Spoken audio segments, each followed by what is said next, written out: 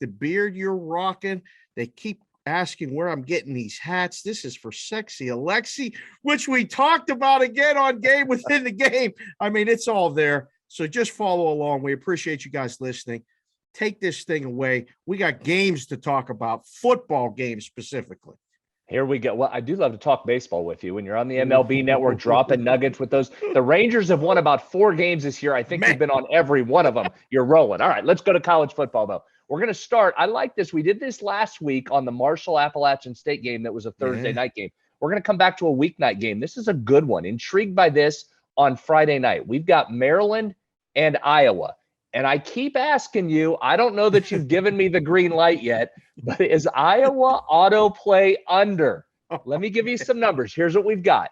An elite Hawkeye defense. They've been fantastic here early. They've got an offense that still is struggling, do the Hawkeyes. And they've got a coach that has shown when he gets a lead, he's not messing around. He's not trying to throw the ball. He's not trying to run it up. He just wants to win, get it in the bank, get me to the next week.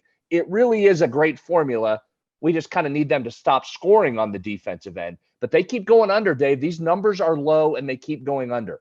This week, they get a Maryland team that I'm just telling you right now, their 3 skill guys at quarterback and Tagovailoa, Talia, not Tua, Talia Tagovailoa, and their receivers.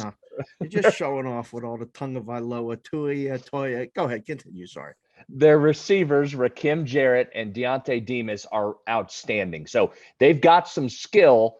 How is that front line going to be able to hold up when this Iowa defense comes after them? The number's on the move a little bit. Opened at 45.5. It has actually ticked up, got to 48.5. You can tell me the latest line settled back around 47.5. Iowa, Maryland. I look more at the under, the total when it comes to Iowa, but you can take the side here if you want to. Iowa 3.5, 4-point favorite. I can't believe it. We're talking about this game. 1, it's a Friday night game, but 2, they're both undefeated. They're both 4-0. This is going to be kind of the theme of the day here with the games here on the menu for 8 in the box. But Iowa's 4-0. Maryland's 4-0. They're both 3-1 against the number. It's pretty impressive, actually. It's a good start for Maryland. And I think Iowa has looked so good defensively.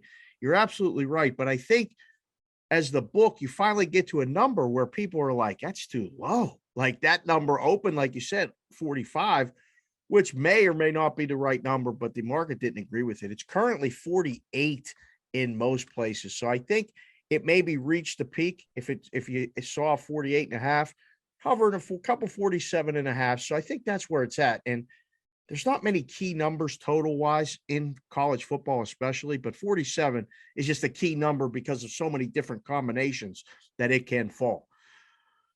I don't know, B-How. I mean, there's some automatics, and we'll get to them later. I mean, Alabama first half is just an ATM every week. This Iowa under may be it until, like you say all the time, show me.